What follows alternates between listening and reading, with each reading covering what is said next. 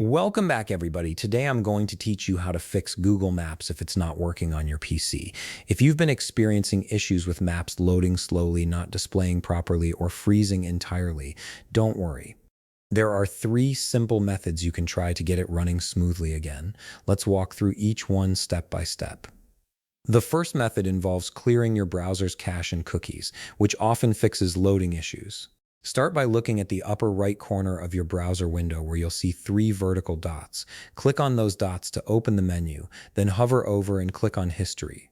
A submenu will appear and you'll want to click on History again. This takes you to your full browsing history page where you can manage stored data. Once you're on the history page, look to the left side of your screen and click on Delete Browsing Data.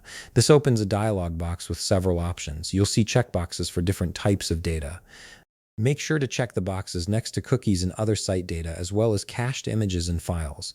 These are the two main culprits that can interfere with Google Maps loading properly. After selecting both options, look at the top of the dialog box where it says Time Range.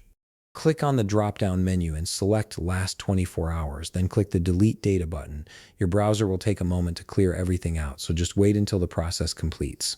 The second method focuses on browser extensions, which can sometimes conflict with Google Maps and prevent it from working correctly. Head back to the upper right corner of your browser, and this time click on the extensions icon, which looks like a puzzle piece. From the drop-down that appears, click on Manage Extensions.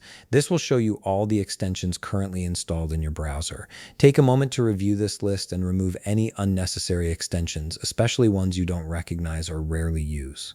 Extensions can slow down your browser and cause compatibility issues with web apps like Google Maps, so keeping only the essential ones is a good practice. The third and final method is updating your browser to the latest version.